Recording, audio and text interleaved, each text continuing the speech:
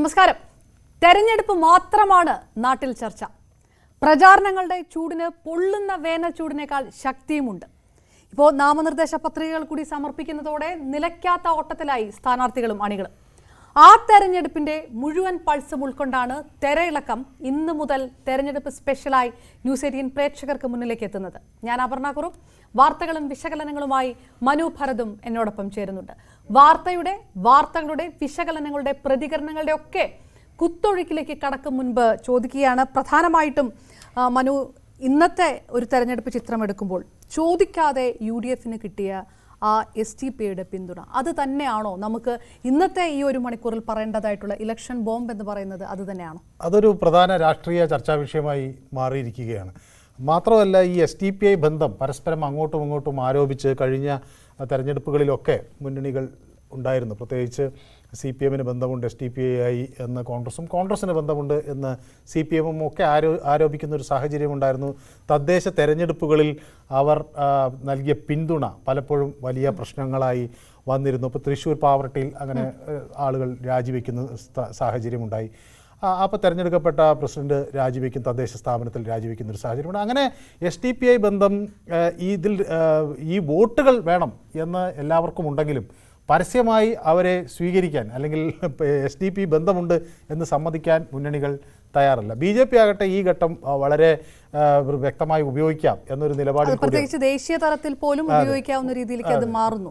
കാരണം നമ്മൾ കഴിഞ്ഞ തെരഞ്ഞെടുപ്പിൽ രാഹുൽ ഗാന്ധി വയനാട്ടിൽ മത്സരിക്കുമ്പോൾ ലീഗിന്റെ കൊടി ഉത്തരേന്ത്യയിൽ പ്രചരിപ്പിച്ചത് ഏത് തരത്തിലാണ് എന്ന് നമുക്കറിയാലോ. അപ്പോൾ സ്വാഭാവികമായും STPIക്ക് പോപ്പുലർ ഫ്രണ്ടുമായി ബന്ധമുണ്ട് എന്നൊക്കെയുള്ള ആരോപണം BJP നടത്തും. തെരഞ്ഞെടുപ്പ് കമ്മീഷൻ അങ്ങനെ ഇല്ല. BJP ഇപ്പോ ഇന്ന് നടത്തിയ പ്രതികരണങ്ങളിൽ പോലും പോപ്പുലർ ഫ്രണ്ടിന്റെ രാഷ്ട്രീയ പാർട്ടി എന്നാണ് മെൻഷൻ ചെയ്തിരിക്കുന്നത്. അപ്പോൾ സ്വാഭാവികമായിട്ടും നമുക്ക് ഊഹിക്കാം ദേശീയ രാഷ്ട്രീയത്തിൽ ഏത് തരത്തിലുള്ള ഒരു പ്രചാരണമായിരിക്കും BJP നടത്തുക എന്നുള്ളത്. അതെ, സ്വാഭാവികമായും അങ്ങനെ ഒരു ഏതായാലും പോപ്പുലർ ഫ്രണ്ട് എടുത്തിട്ടുള്ള ഒരു നിലപാട് വളരെ വ്യത്യസ്തമാണ്. കേരളത്തിൽ മറ്റു പല സ്ഥലത്തും അവർ മത്സരിക്കുന്നുണ്ട്. ഇപ്പോൾ തമിഴ്നാട്ടിൽ അവർ മത്സരിക്കുന്നുണ്ട്. അവിടെ ADMK ആയിട്ട് സഖ്യം ഉണ്ടാക്കിയിട്ടുണ്ട്. കാരണം DMK ലീഗുമായി അവിടെ സഖ്യമുണ്ടാക്കുന്നു. അതേപോലെ ഈ തമീം അൻസാരിയുടെ പാർട്ടിയുമൊക്കെ ആയിട്ട് സഖ്യമുണ്ടാക്കുന്ന ഒരു സാഹചര്യത്തിൽ അവിടെ മറുചേരിയിൽ നിൽക്കുക, എടപ്പാടി പളനിസ്വാമിയുമായി സഖ്യമാകുക എന്ന നിലപാടിലാണ് അവർ ഉള്ളത്. അപ്പോൾ തമിഴ്നാട്ടിൽ അവർക്ക് ഈ ചെന്നൈയിൽ കഴിഞ്ഞ നിയമസഭാ തെരഞ്ഞെടുപ്പിൽ ഒരു മണ്ഡലത്തിൽ 25,000-ഓളം വോട്ട് വരെ കിട്ടുന്നൊക്കെ ഒരു സാഹചര്യമുണ്ടായി. അപ്പോൾ 2014 കേരളത്തിൽ മത്സരിച്ചപ്പോഴും വലിയ രീതിയിലുള്ള വോട്ട്, പ്രത്യേകിച്ച് വടക്കൻ മലബാറിലൊക്കെ 47,000 ഒക്കെ കടന്നിട്ടുള്ള ഒരു വോട്ട് നിലയിലേക്കൊക്കെ STPI എത്തുകയൊക്കെ ചെയ്തിട്ടുണ്ട് ഒരു 10 വർഷം മുൻപ്.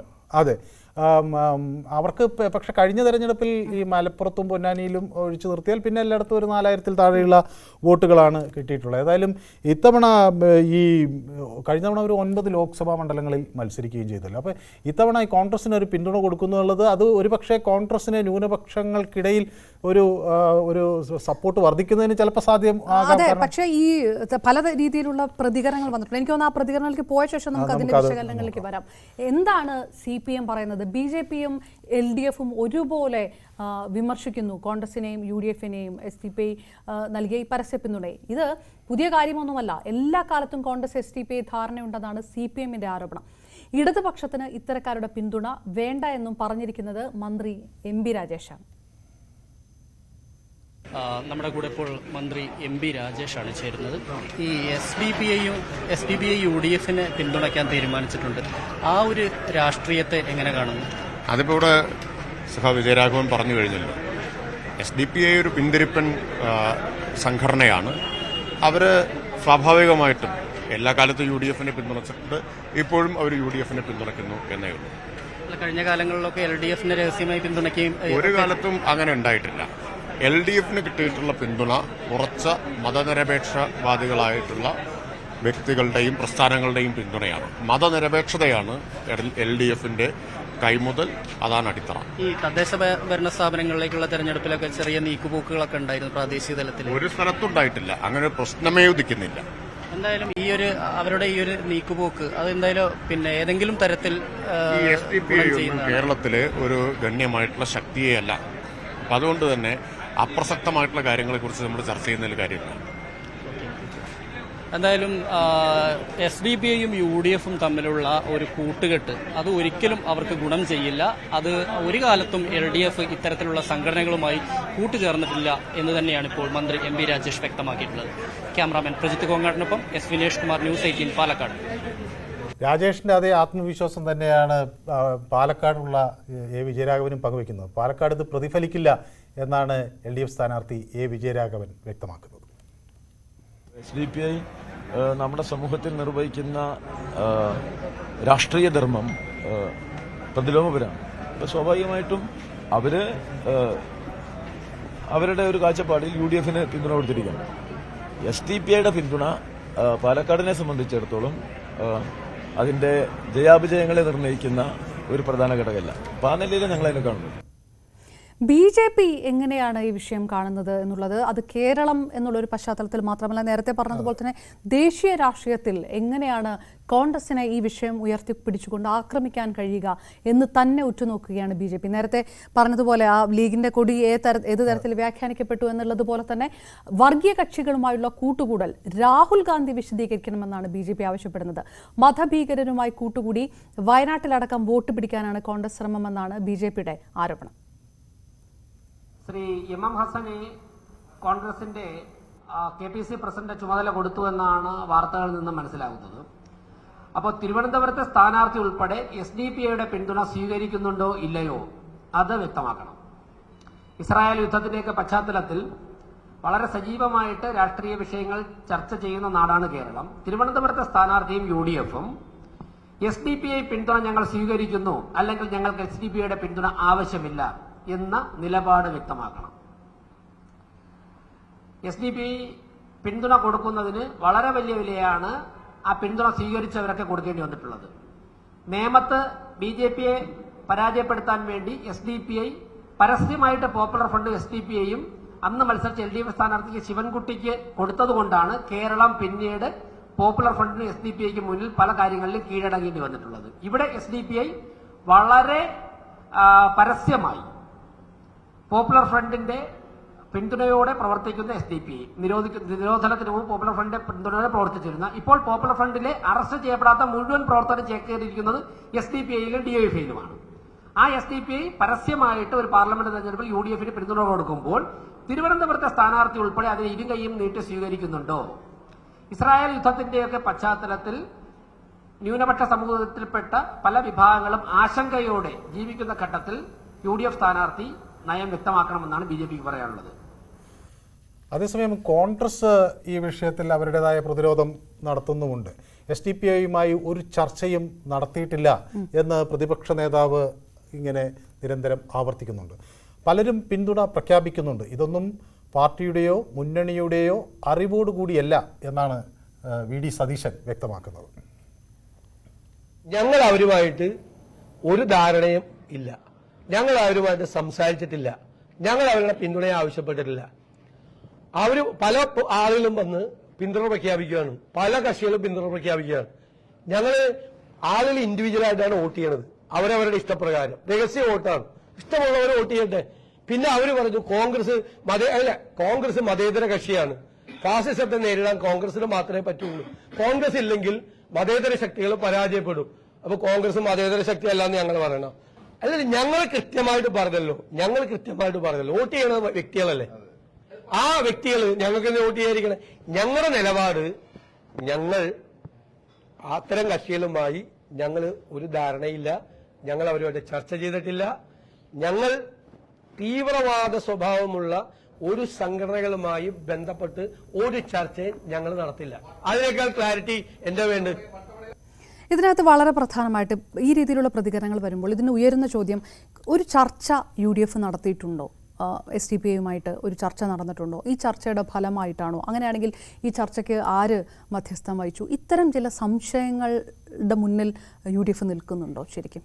അതാണ് അവർ തുടരെ പറയുന്നത്, അങ്ങനെ ഒരു ചർച്ച നടത്തിയിട്ടില്ല. പക്ഷേ സ്വാഭാവികമായും അങ്ങനെ പല കേന്ദ്രങ്ങളിൽ നിന്ന് വോട്ട് കിട്ടാനൊക്കെയുള്ള ശ്രമം എല്ലാ രാഷ്ട്രീയ കക്ഷികളും നടത്തും. ഇപ്പോഴത്തെ UDF നേതാക്കൾ തന്നെ പറയുന്നുള്ളൂ, ആരുടെയും വോട്ട് വേണ്ട എന്ന് ഞങ്ങൾക്ക് പറയാനാകില്ല. പക്ഷേ ഒരു പാർട്ടി എന്ന നിലയിൽ ആരുടെയും പിന്തുണ അഭ്യർത്ഥിച്ചിട്ടില്ല. ആളുകളെല്ലാം ആര് വോട്ട് തന്നാലും അത് സ്വീകരിക്കും എന്നാൽ അത് ഈ തെരഞ്ഞെടുപ്പിലല്ല, എല്ലാ തെരഞ്ഞെടുപ്പിലും ആ നിലപാടാണ്. പക്ഷേ ഇവിടെ നേരത്തെ രാജേഷ് മാത്രമാണ് ഇത്തരക്കാരുടെ വോട്ട് ഞങ്ങൾക്ക് വേണ്ട എന്ന ഒരു ശക്തമായ നിലപാട് സ്വീകരിച്ചിട്ടില്ല. അത് പക്ഷേ കോൺഗ്രസിലെ നേതാക്കളിൽ നിന്ന് നമുക്ക് കേൾക്കാൻ കഴിയുന്നില്ല. SDP വോട്ട് വേണ്ട എന്നവർ പറയുന്നില്ല.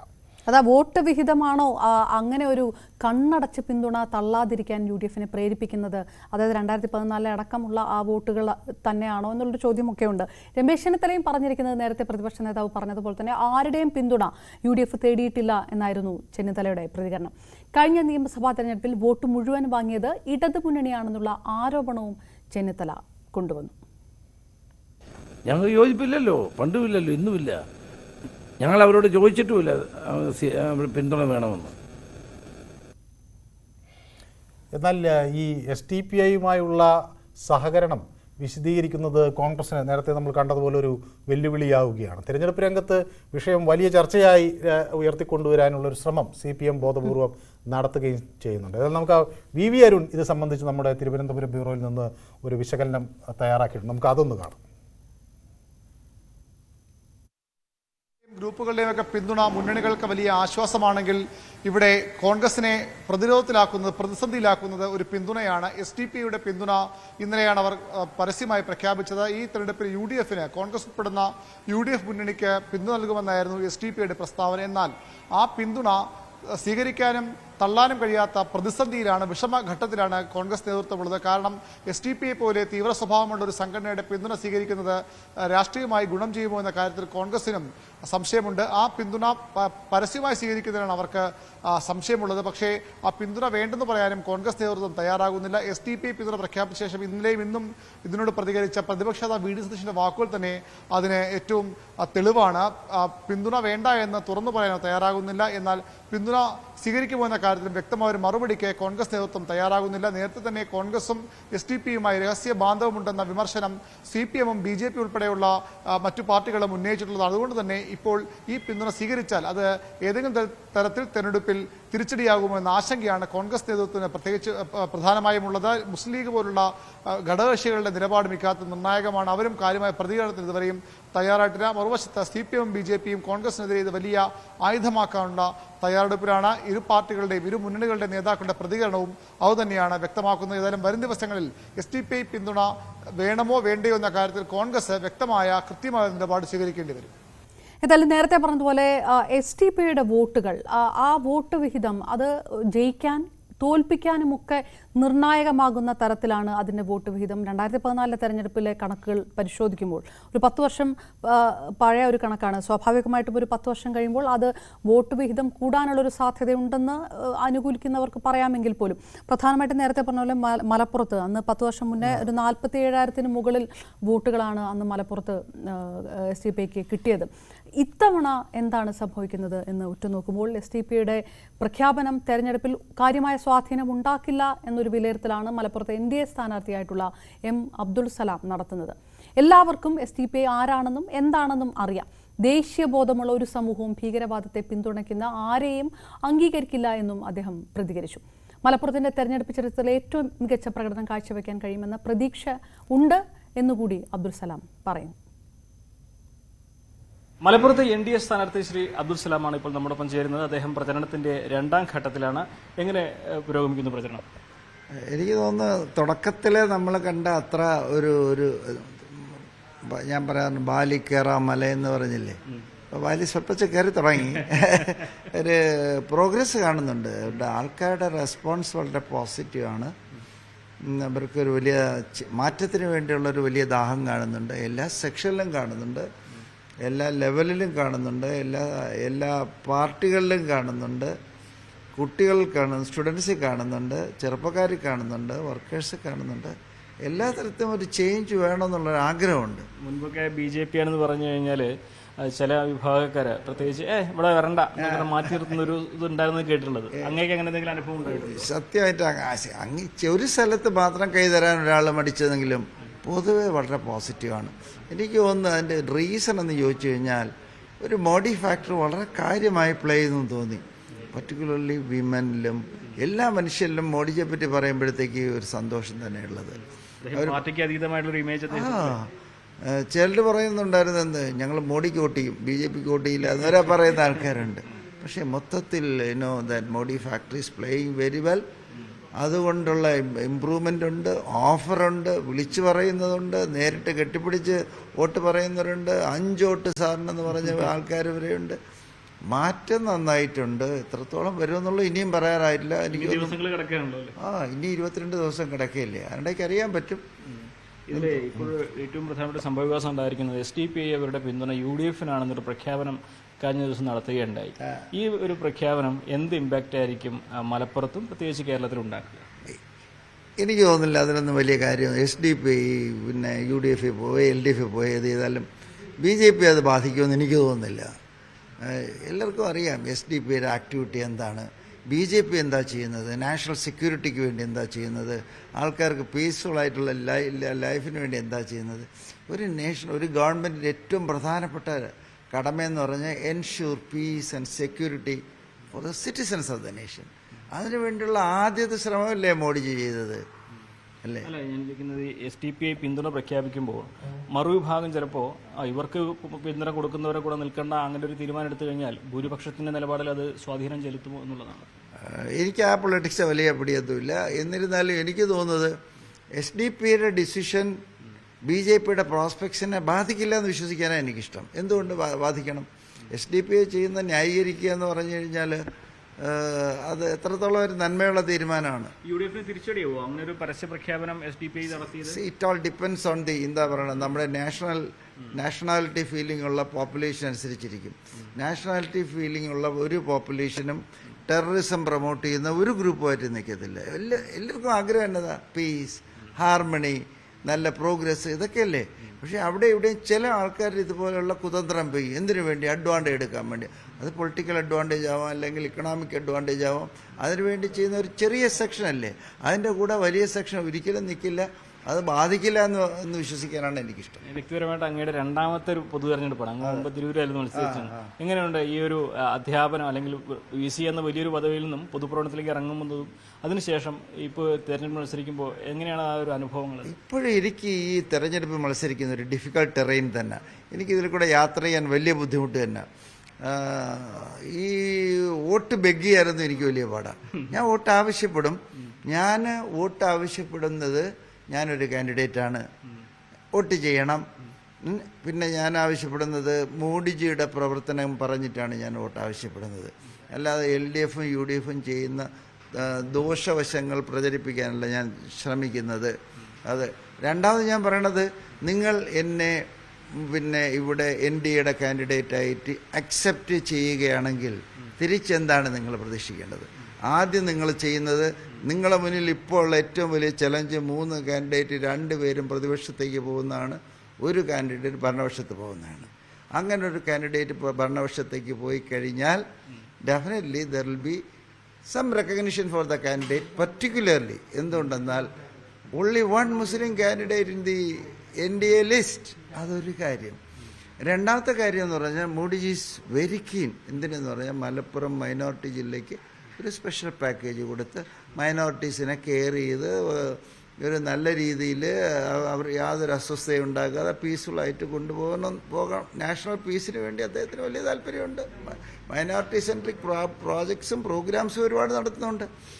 ചുരുക്കി പറഞ്ഞാൽ NDAക്ക് വോട്ട് ചെയ്താൽ മലപ്പുറം രക്ഷപ്പെടും, മലപ്പുറത്തിന് ഗുണമുണ്ടാവും, മലപ്പുറത്തിന് വികസനം ഉണ്ടാവും. അതുകൊണ്ട് നിങ്ങൾ പ്രതിപക്ഷത്തേക്ക് ആളിനെ അയക്കണോ അതേ ഭരണപക്ഷത്തേക്ക് ആളിനെ അയക്കണോ എന്ന് തീരുമാനിച്ച് ആലോചിച്ച് നിങ്ങൾ തീരുമാനിക്കൂ എന്നാണ് ഞാൻ വോട്ട് ചോദിക്കുന്നത്. മലപ്പുറത്തൊരു മാറ്റം പ്രതീക്ഷിക്കുന്നു. തീർച്ചയായിട്ടും എനിക്ക് തോന്നുന്നു. ഞാൻ പറയില്ലേ, ഈ കണ്ണുമടച്ചിപ്പോൾ ഈ ഇന്ത്യൻ യൂണിയൻ മുസ്ലിം ലീഗിനെ വലിച്ചെറിഞ്ഞ് ഞാൻ കയറുമെന്നൊന്നും ഞാൻ പറയത്തില്ല. പറയുന്നത് ശരിയല്ല. പക്ഷേ അവർക്കൊക്കെ ഒരു ഭീഷണി ഉയർത്തും, നല്ല ഭീഷണി ഉയർത്തും. ആ ഭീഷണി എൻ്റെ മനസ്സ് പലപ്പോഴും പറയണം, ഇതെല്ലാം കൂടെ ഒന്നിച്ച് കൺവേർജ് ചെയ്യുമെങ്കിൽ, അതായത് ചേഞ്ചിന് വേണ്ടി ദാഹിക്കുന്നവർ, മോഡിയെ ഇഷ്ടപ്പെടുന്നവർ, മുത്തലാഖ് കൊണ്ടുവന്നതിൻ്റെ പിന്നെ സന്തോഷിക്കുന്നവർ, ഇതെല്ലാം കൂടെ ഒന്നിച്ച് ചേരുമ്പോഴത്തേക്ക് ഒരു പക്ഷേ ഇത് എവിടെ വരെ എത്തും എന്നൊക്കെയുള്ളത് ഞാൻ ആലോചിക്കാറുണ്ട്. അതൊരു മലപ്പുറത്തിന്റെ ചരിത്രത്തിലെ ഏറ്റവും മികച്ച ഒരു പോരാട്ടം തന്നെയായിരിക്കും അങ്ങയുടെ ഭാഗത്ത്. സംശയമൊന്നുമില്ല. അതാണ് ഞാൻ കാണുന്നത്. BJPക്ക് ചെയ്യാവുന്നതിൽ വെച്ച് ഹിസ്റ്ററി ചെയ്യുന്ന ഏറ്റവും വലിയ ഒരു ചലഞ്ചായിരിക്കും ഇത്. അത് കഴിഞ്ഞ പ്രാവശ്യം 5% ആയിരുന്നെങ്കിൽ ഇത് അതിനേക്കാളൊക്കെ വളരെ മുകളിലേക്ക് പോകും, സംശയമൊന്നുമില്ല. വ്യക്തമാണ് അദ്ദേഹത്തിന്റെ നിലപാട്. മലപ്പുറത്തിന്റെ ചരിത്രത്തിലെ ഏറ്റവും മികച്ച പോരാട്ടമായിരിക്കും NDA കാഴ്ചവെക്കുന്നത്. അത് വോട്ട് ശതമാനത്തിലും ആ വർധന ഉണ്ടാകും എന്ന പ്രതീക്ഷ തന്നെയാണ് അദ്ദേഹം പങ്കുവയ്ക്കുന്നത്. അഖിലോട്ട് പറയൊപ്പം CV അനുമോദ്, ന്യൂസ് 18.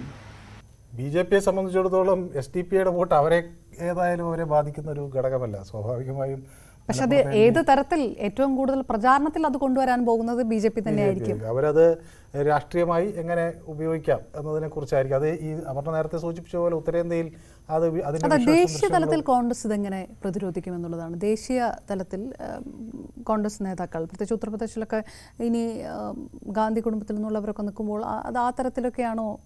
സ്വാഭാവികമായും അത് അവിടെ ഒരു തിരിച്ചടി ഉണ്ട്. ഏതായാലും ഈ SDPI മറ്റ് പല സംസ്ഥാനങ്ങളിലും അവർ മത്സരിക്കുന്നുണ്ട്. അവർ ഉത്തർപ്രദേശിൽ മത്സരിക്കുന്നുണ്ട്, മധ്യപ്രദേശിൽ മത്സരിക്കുന്നുണ്ട്, മഹാരാഷ്ട്രയിൽ മത്സരിക്കുന്നുണ്ട്, വെസ്റ്റ് ബംഗാളിലും തമിഴ്നാട്ടിലും ഒക്കെ അവർ മത്സരിക്കുന്നുണ്ട്, ആന്ധ്രാപ്രദേശിൽ ഒക്കെ മത്സരിക്കുന്നുണ്ട്. അങ്ങനെ മൊത്തം 18 സീറ്റുകളിൽ അവർ അവിടെയൊക്കെ ആയി മത്സരിക്കുന്നുണ്ട്. പല സ്ഥലങ്ങളിലും അവർക്ക് തദ്ദേശ സ്ഥാപനങ്ങളിലൊക്കെ ആവശ്യമായ വോട്ട് നേടി ചിലയിടങ്ങളിലൊക്കെ അവർക്ക് അവരെ അടയാളപ്പെടുത്താനൊക്കെ കഴിഞ്ഞിട്ടുണ്ട്. അപ്പോഴും ഈ തെരഞ്ഞെടുപ്പുമായി ബന്ധപ്പെട്ടൊരു ചോദ്യം വരില്ലേ, ഇങ്ങനെ ഉണ്ടെങ്കിൽ പിന്നെ ഇപ്പോൾ 26-ാം തീയതിയാണ് ഇലക്ഷൻ നടക്കുന്നത്, ഇനിയിരിക്കുന്നു 24 ദിവസത്തോളം ഉണ്ട്. ഇങ്ങനൊരു പരസ്യ പിന്തുണയുടെ ആവശ്യം എന്തായിരുന്നു എന്ന് പൊതുവെ രാഷ്ട്രീയ വിശകലനം നടത്തുന്നവർ ആലോചിക്കുകയില്ലേ? ഒരു പിന്തുണ ഈ പരസ്യമായി പ്രഖ്യാപിക്കാതെ ആ വോട്ട് കൊടുക്കാവുന്ന സ്ഥിതിയുണ്ട്. ആ പരസ്യമായ പിന്തുണയ്ക്ക് പുറകിലുമുണ്ടോ ഒരു രാഷ്ട്രീയം? അല്ല, ഇത് ഇപ്പോൾ ഈ മൂവാറ്റുപുഴ അഷ്റഫ് മൗലവി ഇത് പ്രഖ്യാപിച്ചപ്പോൾ തന്നെ കോൺഗ്രസ് അതിനെ വിശദീകരിക്കുന്നത് ഇങ്ങനെയാണ്. അതായത് സ്വാഭാവികമായും ഒരാൾ ഞങ്ങൾക്ക് വോട്ട് ചെയ്യാം എന്ന് പറയുന്നു. അതിൻ്റെ കാരണം അത് കോൺഗ്രസ്സിന് ഇനി വിശ്വാസം ഉള്ളൂ. കാരണം BJP എതിർക്കാൻ കോൺഗ്രസ്സിന് മാത്രമേ കഴിയുന്നുള്ളൂ. അതുകൊണ്ട് ദേശീയ തലത്തിൽ കോൺഗ്രസ്സിനെ ഒരു സർക്കാർ ഉണ്ടാക്കാനുള്ള സഹായം കേരളത്തിൽ നൽകുക എന്നൊരു നിലപാട് അവർ സ്വീകരിക്കുന്നു എന്നൊരു കാഴ്ചപ്പാടാണ് അവർ പറയുന്നത്. അതിന് ന്യൂനപക്ഷങ്ങളും ഒക്കെ തങ്ങളെ പിന്തുണച്ചു വരുന്നു. അതോടൊപ്പം തന്നെ സംസ്ഥാനത്ത് ഈ സർക്കാർ വിരുദ്ധ വികാരം നിലനിൽക്കുന്നുണ്ട്. അപ്പോൾ അതിൻ്റെ ഒരു റിഫ്ലക്ഷൻ കൂടിയാണ് ഇത്തരം പിന്തുണകൾ എന്നൊക്കെയാണ് അവർ ഇതിനെ ന്യായീകരിക്കുന്നത്. പക്ഷേ ഇതിൽ രസകരമായൊരു കാര്യം, ഈ രാഹുൽ ഗാന്ധി പിന്നെ പ്രധാനമന്ത്രിയാകണം എന്ന കേരളത്തിലെ നിലപാട് തമിഴ്നാട്ടിൽ പക്ഷേ അവർ ADMKയുടെ ഒപ്പമാണ്. അവർക്ക് DMKയ്ക്ക് പിന്തുണയില്ല. അപ്പോൾ സ്വാഭാവികമായും അവിടെ മറ്റൊരു നിലപാടാണ്. ഏതായാലും അതൊക്കെ ഇന്ത്യ മുന്നണിക്ക് അനുകൂലമായി വരും എന്ന തരത്തിലാണ് അവരും SDPയും അതിനെ പ്രചരിപ്പിക്കുന്നത്. കാരണം അവിടെ ഈ നെല്ലായി മുബാർക്കാണല്ലോ ഇത് സംബന്ധിച്ച അവിടുത്തെ സംസ്ഥാന അധ്യക്ഷൻ. അപ്പോൾ അദ്ദേഹം അവിടെ വേറൊരു നിലപാട്. കാരണം പിന്നെ ദേശീയ രാഷ്ട്രീയത്തില് പ്രതികരണങ്ങൾ വന്നിട്ടില്ല. ഇപ്പൊ രാഹുൽ ഗാന്ധി പറയണം, രാഹുൽ ഗാന്ധി ഈ വിഷയം വിശദീകരിക്കണം എന്നാണ് പറയുന്നത്. നാളെ രാഹുൽ ഗാന്ധി വരുന്നുമുണ്ട്, നമ്മൾ ആ വാർത്തയിലേക്ക് കടക്കാൻ പോവാണ്. അപ്പം രാഹുൽ ഗാന്ധി കേരളത്തിലെത്തുന്ന സമയത്ത് ഒരു പക്ഷേ അദ്ദേഹം ഇതുമായി ബന്ധപ്പെട്ട് എന്തെങ്കിലും പറയാനുള്ള ഒരു സാധ്യതയൊക്കെ ഉണ്ടോ? ഇല്ല, ഞാൻ കഴിഞ്ഞ തവണ മുഴുവൻ സമയവും വയനാട്ടിൽ പലതവണ ഘട്ടങ്ങളിലായി പോയി തെരഞ്ഞെടുപ്പ് കവർ ചെയ്തിട്ടുള്ളൂ. അപ്പോൾ രാഹുൽ ഗാന്ധി വരുമ്പോഴെല്ലാം അദ്ദേഹം അവിടെ CPMനെ പോലും എതിർത്തുകൊണ്ട് ഒരു പ്രചാരണ പരിപാടി അദ്ദേഹം പറഞ്ഞില്ല. ഞങ്ങൾ പലതവണ റിയാക്ഷൻസിനൊക്കെ ശ്രമിക്കുമ്പോൾ അദ്ദേഹം CPMനെയോ ഇടതുചേരിയോ എതിർത്തുകൊണ്ട് പറഞ്ഞില്ല. അദ്ദേഹത്തിൻ്റെ പ്രസംഗം മുഴുവൻ BJPയെ മാത്രം ഫോക്കസ് ചെയ്തുകൊണ്ട് ഉള്ളത്. അപ്പോൾ രാഹുൽ എന്തുകൊണ്ട് എതിർ സ്ഥാനാർത്ഥിയെ വിമർശിക്കുന്നില്ല എന്നുള്ളൊരു ചോദ്യം അന്ന് ഉണ്ടായിരുന്നു. അപ്പോൾ ഇത്തരം വിവാദങ്ങളിൽ നിന്ന് ഒഴിഞ്ഞു മാറി ഒരു നിലപാടായിരിക്കും രാഹുൽ ഗാന്ധി സ്വീകരിക്കുക. ഏതായാലും രാഹുൽ ഗാന്ധി എത്തുന്നു, നാളെ വയനാട്ടിൽ നാമനിർദ്ദേശ പത്രിക സമർപ്പിക്കാൻ എത്തുകയാണ്. 12 മണിയോടുകൂടി പത്രികാ സമർപ്പണം ഉണ്ടാകും എന്നാണ് നമ്മൾ പ്രതീക്ഷിക്കുന്നത്. അപ്പോൾ ഇതിൻ്റെ ഭാഗമായി വലിയ റോഡ് ഷോ ഒക്കെ സംഘടിപ്പിക്കുന്നുണ്ട്. K. സുധാകരനും അതുപോലെ രമേശ് ചെന്നിത്തലയും VD സതീശനും PK കുഞ്ഞാലിക്കുട്ടിയും ഒക്കെ ഈ പ്രചരണ പരിപാടികളിൽ പങ്കെടുക്കുന്നുണ്ട്. അവിടെ ഹെലികോപ്റ്ററിലെത്തി രാഹുൽ ഗാന്ധി ഈ തലക്കൽ ഗ്രൗണ്ടിൽ നിന്ന് റോഡ് മാർഗം കൽപ്പറ്റയിലേക്ക് പോകും. അവിടെ സ്റ്റാൻഡിൽ വലിയ റോഡ് ഷോ ഉണ്ടാകും എന്നൊക്കെയാണ് അത് സംബന്ധിച്ചൊക്കെ പറയുന്നത്. ഏതായാലും നമുക്ക് അനുമോദുണ്ട് നാളെ ഈ വിവരങ്ങൾ അവിടെ നിന്ന് നമുക്ക് നൽകാനായിട്ട്. അപ്പോൾ നമുക്ക് അനുമോദിലേക്ക് കിടക്കാം. അനുമോദ്, നാളെ രാഹുൽ ഗാന്ധി വരുന്നു. പ്രധാനപ്പെട്ട നേതാക്കന്മാരുടെ എല്ലാം സാന്നിധ്യം പ്രതീക്ഷിക്കണോ? നാളെ ഒരു നാമനിർദ്ദേശ പത്രിക നൽകി നാളെ തന്നെ തിരിച്ചു മടങ്ങുന്ന രീതിയിലാണോ അദ്ദേഹത്തിന്റെ പ്രോഗ്രാം ചാർട്ട് ചെയ്തിരിക്കുന്നത്? അപർണ, രാഹുൽ ഗാന്ധി നാളെ റോഡ് ഷോയിൽ പങ്കെടുക്കുന്നു. അതിനുശേഷം അദ്ദേഹം നാമനിർദ്ദേശ പത്രിക സമർപ്പിക്കുന്നു. ഇത്ര മാത്രമാണ് ഔദ്യോഗികമായിട്ടുള്ള ഒരു ഷെഡ്യൂൾ ചെയ്തിട്ടുള്ള പരിപാടി ഉള്ളത്. പക്ഷെ നമുക്കറിയാം കോൺഗ്രസിനെ സംബന്ധിച്ച് രാഹുൽ ഗാന്ധി തെരഞ്ഞെടുപ്പ് പ്രഖ്യാപനത്തിന് ശേഷം ആദ്യമായി കേരളത്തിൽ വരുന്ന ഒരു സാഹചര്യം, ഇത് രാഹുൽ ഗാന്ധിയുടെ തെരഞ്ഞെടുപ്പ് പ്രചരണത്തിലെ ആദ്യ ഘട്ടമായിട്ട് ആണ് കോൺഗ്രസ് കാണുന്നത്. നാളെ അദ്ദേഹം എന്തെങ്കിലും തരത്തിലുള്ള ഒരു പ്രസ്താവന നടത്തുമെന്നോ മാധ്യമങ്ങളെ കാണുമെന്നോ നമുക്ക് കരുതാനാകില്ല. പക്ഷേ ഈ നേതാക്കളൊക്കെ തന്നെ കെ സുധാകരനും പി കെ കുഞ്ഞാലിക്കുട്ടിയും അടങ്ങുന്ന UDF-ന്റെ മുൻനിര നേതാക്കളെല്ലാം നാളെ രാഹുലിനെ കാണുന്നു, രാഹുലുമായി കൂടിക്കാഴ്ച നടത്തും. സ്വാഭാവികമായിട്ടും ഇലക്ഷന്റെ പല സ്ട്രാറ്റജികളും ചർച്ച ചെയ്യും. നമുക്കറിയാം രാഹുൽ ഗാന്ധിക്ക് എതിരെയാണ് കഴിഞ്ഞ ദിവസങ്ങളിലൊക്കെ പിണറായി വിജയൻ അടക്കമുള്ള ഇടതുപക്ഷത്തിന്റെ മുൻനിര നേതാക്കളെല്ലാം നിശിതമായ വിമർശനം ഉന്നയിക്കുന്നത്. പിണറായി വിജയൻ ഇന്ന് മലപ്പുറത്തായിരുന്നു. ലീഗിനെ പേരിന് മാത്രം വിമർശിച്ച് ബാക്കി വിമർശനം എല്ലാം തന്നെ കോൺഗ്രസിനെതിരെയാണ് നടത്തുന്നത്. സ്വാഭാവികമായിട്ട് ഇതിനെ പ്രതിരോധിക്കുക എന്നുള്ളത് കോൺഗ്രസിന്റെ ഈ ഘട്ടത്തിലൊരു പ്രധാനപ്പെട്ട കാര്യമാണ്.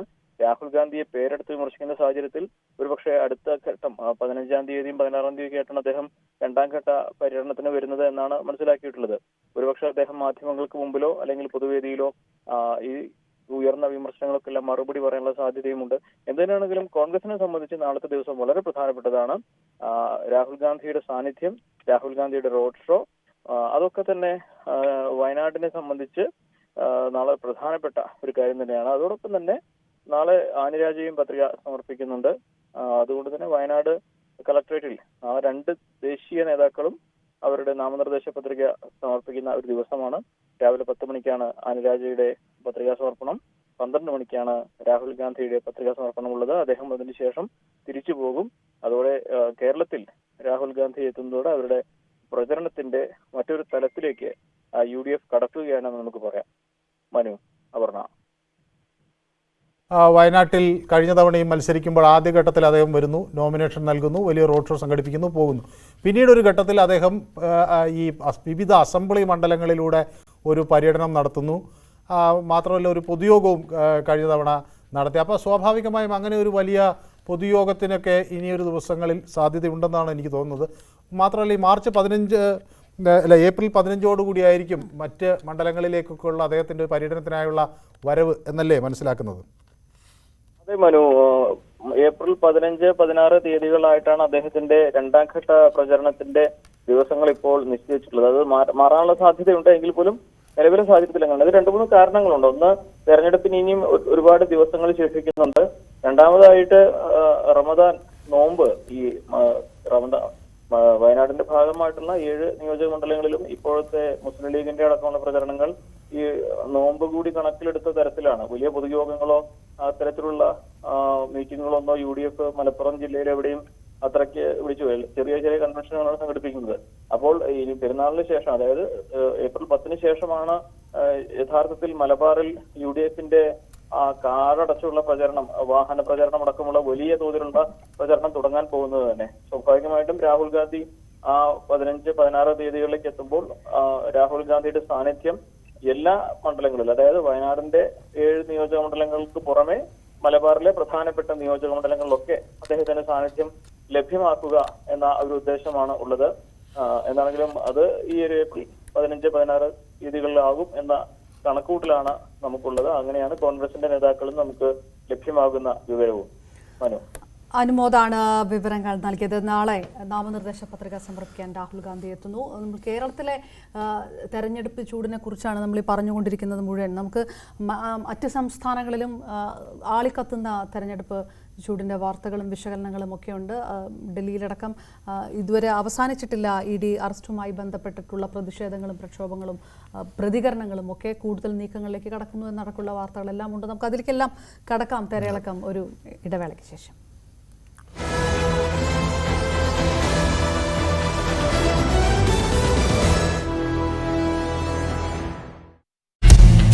അവിടെ ഇതേ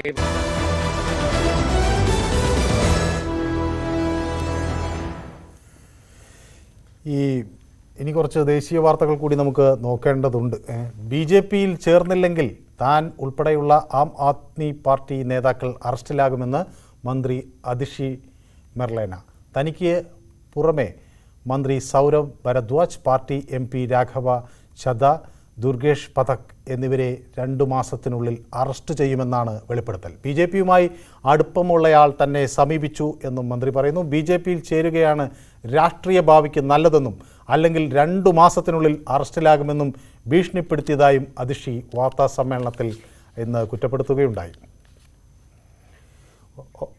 മദ്യനയ കേസിൽ കൂടുതൽ ആം ആദ്മി പാർട്ടി നേതാക്കൾക്കെതിരെ ED നീക്കം തുടങ്ങിയിട്ടുമുണ്ട്. മദ്യനയ കേസിൽ അറസ്റ്റിലായ വിജയ് നായർ, അതിഷി, സൗരവ് ഭരദ്വാജ് എന്നിവരുമായി ബന്ധപ്പെട്ടിരുന്നുവെന്ന് കേജ്രിവാൾ പറഞ്ഞതായി ED കോടതിയെ അറിയിക്കുകയും ചെയ്തിട്ടുണ്ട്. ഇതൊക്കെയാണ് ഡൽഹിയിൽ നിന്ന് വരുന്ന വാർത്ത. വീണ്ടും നമുക്ക് കേരളത്തിലോട്ട് വരുമ്പോൾ തിരുവനന്തപുരത്ത് വീണ്ടും ഒരു കൂടുമാറ്റത്തിൻ്റെ ഒരു വാർത്ത കൂടിയാണ് വരുന്നത്. ഇത്തവണ തെരഞ്ഞെടുപ്പ് പ്രചാരണം ഈ ഘട്ടത്തിലെത്തുന്ന സാഹചര്യത്തിൽ കൂടിയാണ് തിരുവനന്തപുരത്ത് ഒരു കോൺഗ്രസ് നേതാവ് കൂടി BJPയിലേക്ക് എത്തിയിരിക്കുകയാണ്. 2011 നിയമസഭാ തെരഞ്ഞെടുപ്പിൽ ആറ്റിങ്ങലിൽ കോൺഗ്രസ് സ്ഥാനാർത്ഥിയായിരുന്ന തങ്കമണി ദിവാകരനാണ് BJPയിൽ ചേർന്നത്. NDA സ്ഥാനാർത്ഥി രാജീവ് ചന്ദ്രശേഖറിന്റെ സാന്നിധ്യത്തിലാണ് തങ്കമണി ദിവാകരൻ BJP അംഗത്വം എടുത്തത്. കോൺഗ്രസിൽ തനിക്ക് നേരിട്ടത് അവഗണനയാണെന്നും തങ്കമണി ദിവാകരൻ പ്രതികരിച്ചിരിക്കുന്നു. ഈ കോൺഗ്രസ് വിട്ടുവരുന്നവരെല്ലാം അവിടെ വലിയ അവഗണനയാണ് എന്നുള്ള പ്രതികരണമാണ് നടത്തുന്നത്. മുതൽ കോൺഗ്രസിൽ പ്രവർത്തിച്ചു വരികയാണ്. പക്ഷെ എനിക്ക് അവിടെ നിന്നുണ്ടായ അവഗണനയും, പക്ഷെ എനിക്ക് മാത്രമല്ല പല സ്ത്രീകൾക്കും അവിടെ നിന്നുണ്ടായ അവഗണനയും, അതുപോലെ തന്നെ സ്ത്രീകളെ ബഹുമാനിക്കുവാൻ കോൺഗ്രസ് ഇന്ന് കാണിക്കുന്ന വിമുഖതയുമാണ് എനിക്കിതിൽ അംഗത്വം എടുക്കുവാൻ എന്നെ പ്രേരിപ്പിച്ചത് ഏറ്റവും പ്രധാനമായ ഘടകം. ഞാൻ തൊഴിലാളി രംഗത്താണ് ഏറ്റവും കൂടുതൽ പ്രവർത്തിച്ച് രാഷ്ട്രീയത്തിൽ കോൺഗ്രസ് പാർട്ടിയിൽ പടിപടിയായി പല മേഖലകളിലും പ്രവർത്തിച്ച് ഞാൻ ഇന്ന് ഈ നിലയിൽ എത്തിച്ചേർന്നത്. അതിന് വേദി ഒരുക്കി തന്ന പാർട്ടിയും അതുപോലെ ആ പാർട്ടി ഏൽപ്പിച്ച എല്ലാ ജോലിയും നല്ല മനോഹരമായ രീതിയിൽ എനിക്ക് പ്രവർത്തനം കാഴ്ചവെക്കാൻ സാധിച്ചിട്ടുണ്ട്. ആ എൻ്റെ പ്രവർത്തന പാരമ്പര്യം ഇന്ന് ഈ BJPയിലും കാഴ്ചവെക്കുവാൻ ഞാൻ ആഗ്രഹിക്കുകയാണ്.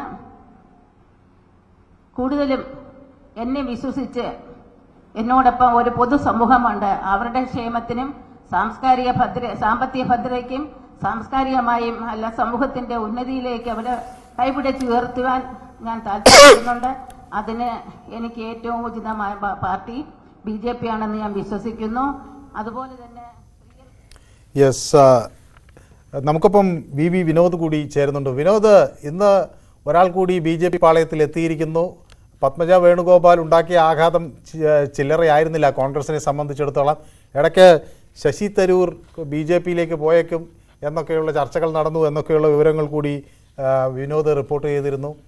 ഈ ആളുകൾ നിരന്തരം പാർട്ടി വിടുന്നു എന്നത് കോൺഗ്രസിനെ എങ്ങനെ ബാധിക്കുന്നു? BJP കൂടുതൽ ആളുകളെ സ്വാഗതം ചെയ്യാനുള്ള നിലപാടിലാണോ? മനു സൂചിപ്പിച്ചതുപോലെ തന്നെ പത്മജ വേണുഗോപാലിന്റെ BJPയിലേക്കുള്ള പോക്ക്, അതിനുശേഷം ചെറുതും വലുതുമായി നേതാക്കൾ, അതായത് പ്രാദേശിക നേതാക്കൾ അല്ലെങ്കിൽ താഴെത്തട്ടിലെ പ്രവർത്തകർ, ഇവരെല്ലാം തന്നെ BJPയിലേക്ക് പോകുന്നുണ്ട്. ഒരുവിധം പ്രധാനപ്പെട്ട നേതാക്കൾ പോകുമ്പോൾ വാർത്ത, എന്നാൽ ബൂത്ത് തലത്തിൽ ഉൾപ്പെടെ ഇങ്ങനെ പ്രവർത്തകർ BJPയിലേക്ക് പോകുന്ന ഒരു പ്രതിഭാസമാണ് ഇപ്പോൾ കാണുന്നത്. ഇനി 23 ദിവസം പോളിംഗിനുണ്ട്. ഈ ദിവസങ്ങൾക്കുള്ളിൽ ഇനി ആരൊക്കെ BJPയിലേക്ക് പോകും എന്നതാണ് ചോദ്യമായി അവശേഷിക്കുന്നത്. ശശി തരൂരിനെ സംബന്ധിച്ചുള്ള ചർച്ചകളും തിരുവനന്തപുരത്ത് സജീവമാണ്. അദ്ദേഹമാണ് ആദ്യം ഈ വെടി പൊട്ടിച്ചത്. 2 തവണ BJPയുടെ നേതാക്കൾ തന്നെ സമീപിച്ചിരുന്നു ഈ തരത്തിൽ BJPയിലേക്ക് ചെല്ലണമെന്ന ആവശ്യവുമായി. എന്നാൽ പിന്നീട് BJP ക്യാമ്പുകളിൽ നിന്ന് പുറത്തു വന്ന വിവരം ശശി തരൂരാണ് അങ്ങോട്ട് ആവശ്യപ്പെട്ടത് തിരുവനന്തപുരം സീറ്റും ക്യാബിനറ്റ് പദവിയും. ഇത് ശശി തരൂർ ആവശ്യപ്പെട്ടു എന്ന നിലയ്ക്ക് മറു വാർത്തയും വന്നു. ഏതായിരുന്നാലും രംഗം ചൂടുപിടിക്കുകയാണ്. ഇനി ആരൊക്കെ എങ്ങോട്ട് പോകും?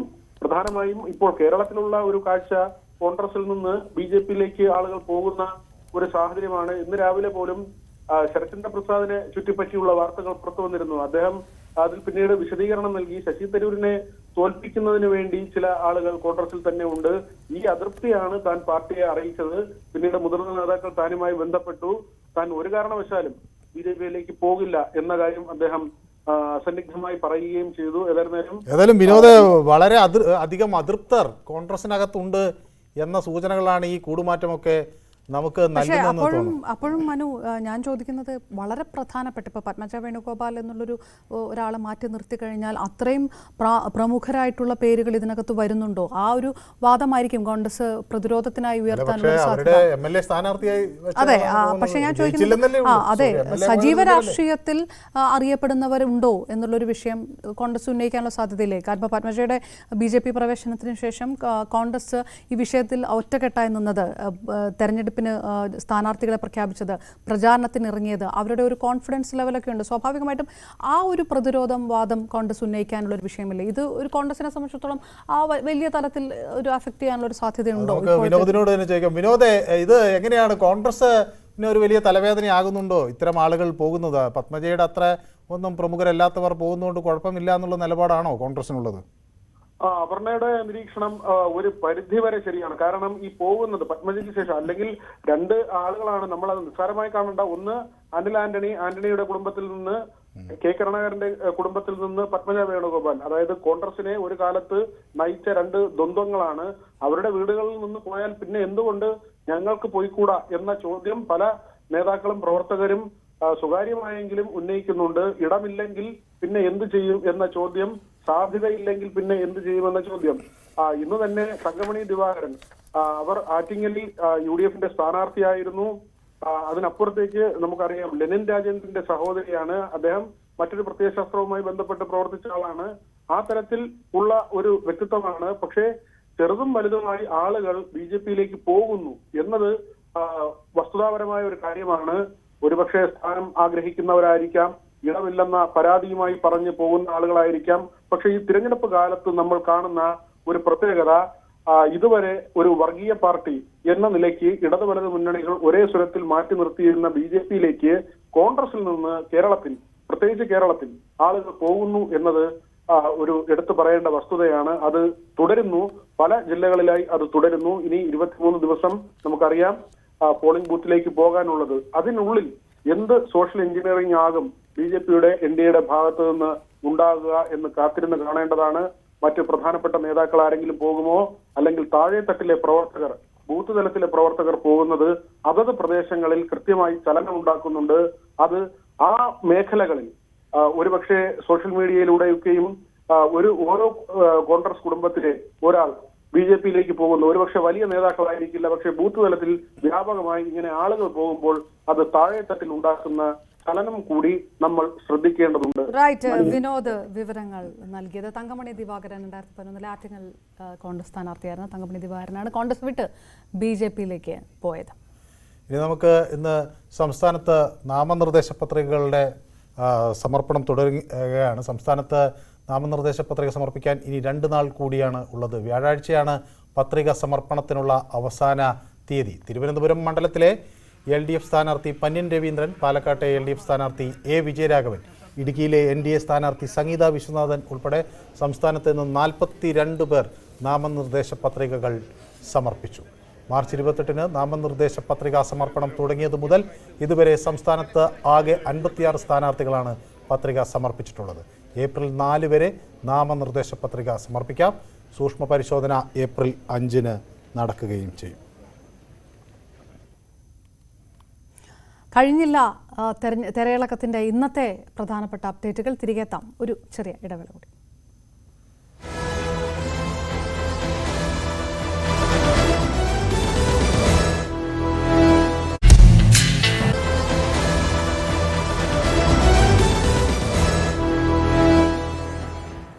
എറണാകുളം മണ്ഡലത്തിലേക്ക് പോകാം. അവിടെ നടത്തിയ വികസന പ്രവർത്തനങ്ങളും ഇനി നടത്താൻ ആഗ്രഹിക്കുന്ന പ്രവർത്തനങ്ങളും പുസ്തകത്തിലൂടെ അവതരിപ്പിച്ച് UDF സ്ഥാനാർത്ഥി ഹൈബിയുടെ.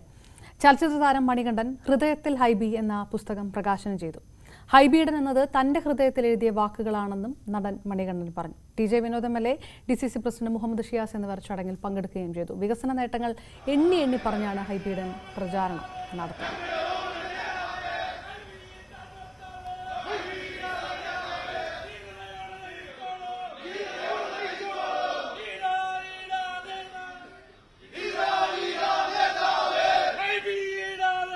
എറണാകുളം ലോക്സഭാ മണ്ഡലത്തിലെ UDF സ്ഥാനാർത്ഥി ഹൈബി ഈഡൻ ന്യൂസ് 18 തത്സമയം ചേരുകയാണ്. ഹൈബി, നമസ്കാരം.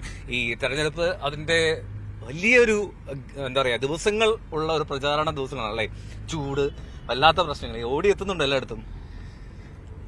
നമ്മൾ സാധാരണ പ്ലാൻ ചെയ്യുന്ന ഒരു സമയത്ത് ഓടിയെത്തുന്നില്ല. കാരണം ഇപ്പോൾ രാവിലെ 6:30 മണിക്ക് തുടങ്ങിയാലും ഫസ്റ്റ് പ്രചരണം ആരംഭിച്ചാലും നമ്മളൊരു ഉച്ചയ്ക്ക് ഒരു 3 മണ്ഡലങ്ങൾ തീർക്കാമെന്ന് വിചാരിച്ചാൽ അതിൽ ചിലപ്പോൾ ഒരെണ്ണം ഒഴിവാക്കി പോകേണ്ടി വരും. അപ്പം അങ്ങനെ തീർക്കാത്ത സ്ഥലങ്ങളാണ് ഇപ്പോൾ കുന്നുകര എന്ന് പറയുന്ന സ്ഥലം ഞങ്ങൾ വിട്ടുപോയതാണ്. അപ്പോൾ പരമാവധി ഇപ്പോൾ ചില സ്ഥലങ്ങളിൽ ചെല്ലുമ്പോൾ ജനങ്ങൾ അവരുടെ ആശങ്കകൾ പ്രകടിപ്പിക്കും, സൗഹൃദ സംഭാഷണങ്ങൾ നടത്തും. അപ്പം നമ്മൾ ബേസിക്കലി ഇപ്പോൾ ഇത് പാർലമെന്റ് ഇലക്ഷൻ ആയതുകൊണ്ട് തന്നെ door to door campaign possible അല്ല. എങ്കിലും സംഘടനകളുടെ മീറ്റിങ്ങുകൾ, പരമാവധി ഇൻസ്റ്റിറ്റ്യൂഷൻസ്, തൊഴിലാളികൾ, പൊതുമേഖലാ സ്ഥാപനങ്ങൾ, തൊഴിലിടങ്ങളിൽ ചെല്ലുക, ആരാധനാലയങ്ങളിൽ ചെല്ലുക. അവിടെ ഇതൊരു മെസ്സേജിങ്ങും കൂടിയാണ്. അപ്പോൾ അവിടെ ചെന്ന് അവരെയൊക്കെ നേരിട്ട് കണ്ട് നമ്മുടെ വോട്ട് അഭ്യർത്ഥിക്കുക, സഹായം, പ്രാർത്ഥന അഭ്യർത്ഥിക്കുക. ആ പ്രോസസ്സാണ് ഇപ്പോഴും നടക്കുന്നത്. 6-ാം തീയതിയാണ് ഓപ്പൺ വാഹനത്തിൽ പര്യടനം ആരംഭിക്കുന്നത്. 4-ാം തീയതിയാണ് നോമിനേഷൻ. 5-ാം തീയതി അതിന്റെ പൊതുസമ്മേളനത്തിന്റെ ഉദ്ഘാടനമുണ്ട്. അപ്പോൾ ഒരുവിധം മണ്ഡലത്തിലെ പ്രധാനപ്പെട്ട സ്ഥലങ്ങളിലെല്ലാം ഓടിയെത്തിക്കൊണ്ടിരിക്കുകയാണ്. എന്റെ ചോദിക്കാം, ഈസ്റ്റർ ഒക്കെ ആയിരുന്നല്ലോ, ഈസ്റ്റർ ഒക്കെ ആഘോഷിക്കാൻ പറ്റി ഇതിനിടയിൽ? ഈസ്റ്റർ ആഘോഷിക്കാൻ പറ്റിയില്ലെങ്കിലും ഈസ്റ്റർ ദിവസം ഹോളി വീക്ക്, പെസഹ, വ്യാഴം, ദുഃഖ വെള്ളി സമയത്ത് കുറച്ച് ഒരാശ്വാസം ക്യാമ്പയിനിൽ നിന്ന്. അപ്പോഴും പള്ളികളിൽ ആളുകളെ കാണാൻ വേണ്ടി പോയിക്കൊണ്ടിരിക്കുന്നുണ്ട്. പക്ഷെ എന്നാലും ഒരു ക്യാമ്പയിൻ സ്ട്രെസ് ഉണ്ടായിരുന്നില്ല. കാരണം വേറെ ഒന്നുമല്ല, നമ്മൾ ആ സമയത്ത് സ്ക്വാഡ് പ്രവർത്തനങ്ങളോ മറ്റോ ഒന്നും തീരുമാനിച്ചിട്ടുണ്ടായില്ല. അത് ഒഴിവാക്കിയിട്ടാണ് മുന്നോട്ട് പോയത്.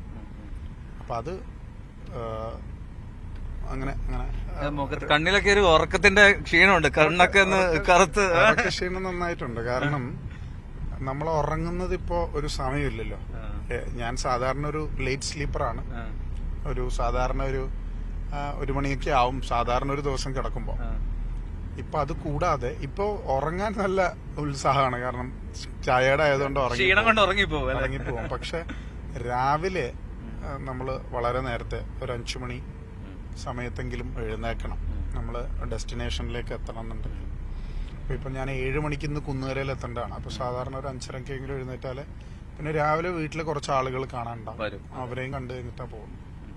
ഈ ഞാനിന്ന് നമ്മുടെ മോർണിംഗ് ഷോയിൽ ഈ എറണാകുളത്തെ വോട്ടർമാരോടൊക്കെ സംസാരിച്ചു. അപ്പോൾ മോർണിംഗ് ഷോയിൽ എല്ലാവരും നിലവിലെ എം പിയെ പറ്റി പറയുന്നത് എപ്പോഴും ഹൈബി എന്ന് വിളിച്ചാൽ ഓടിയെത്തുന്ന എം പി, ചുറുചുറുക്കുള്ള M P, youthness, energy, proximity, ഈ 3 കാര്യങ്ങളാണ് അവർ പ്രധാനമായും പറഞ്ഞത്. ഈ ഹൈബിയുടെ ഒരു എനർജിയുടെ ഒരു എന്താ പറയാ ഒരു സ്രോതസ് എന്താണ്?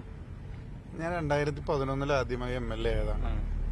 അതിനു മുമ്പ് ഞാൻ NSUയുടെ നാഷണൽ പ്രസിഡന്റ് ആയിരുന്നു, KSUവിന്റെ സംസ്ഥാന പ്രസിഡന്റ് ആയിരുന്നു. അപ്പൊ ഞാൻ ട്രാവൽ ചെയ്യാൻ പറ്റുന്നിടത്തോളം ട്രാവൽ ചെയ്തിട്ടുള്ള, ഇന്ത്യ മുഴുവൻ, കേരളം മുഴുവൻ വിദ്യാർത്ഥി രാഷ്ട്രീയമായിട്ട് ട്രാവൽ ചെയ്തിട്ടുള്ള ഒരാളാണ്.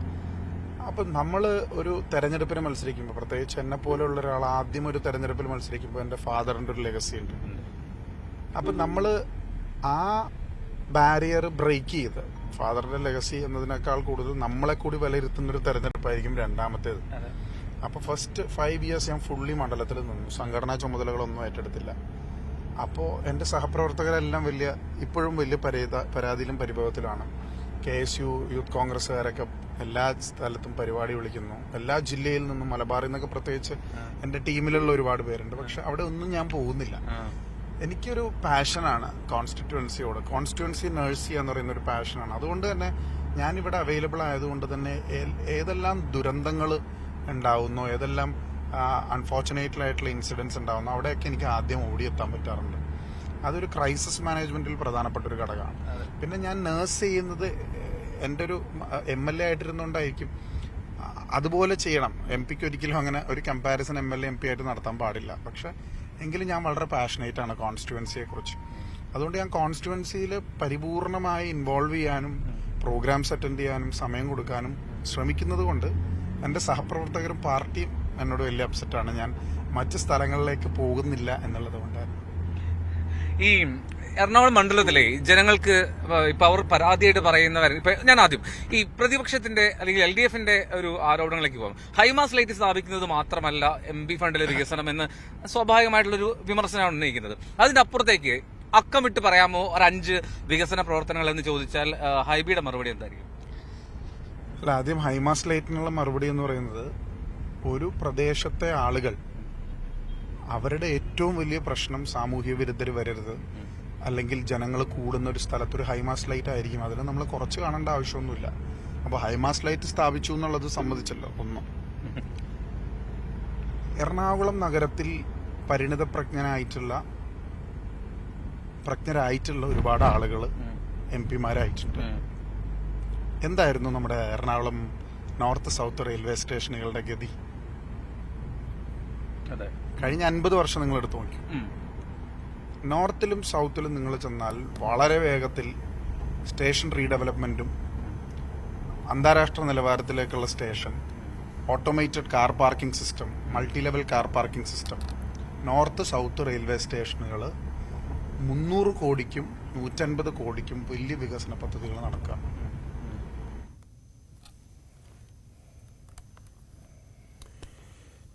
ഏതായാലും തെരഞ്ഞെടുപ്പിൽ പ്രധാനപ്പെട്ട ഡെവലപ്മെൻറ്റുകൾ, വികസന പ്രവർത്തനങ്ങളുടെ എല്ലാം അവകാശവാദങ്ങളെല്ലാം ഉയർന്നു വരുന്ന ഒരു സമയം കൂടിയാണ് ഈ തെരഞ്ഞെടുപ്പ് പ്രചാരണം എന്ന് പറയുന്നത്.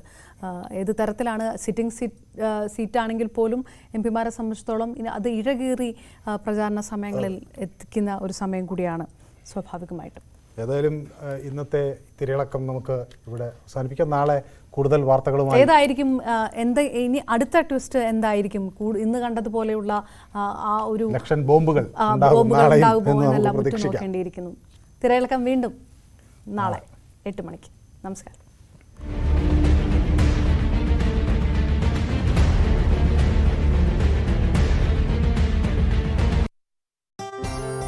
ഇങ്ങനെ ഒരു ബ്ലാക്ക്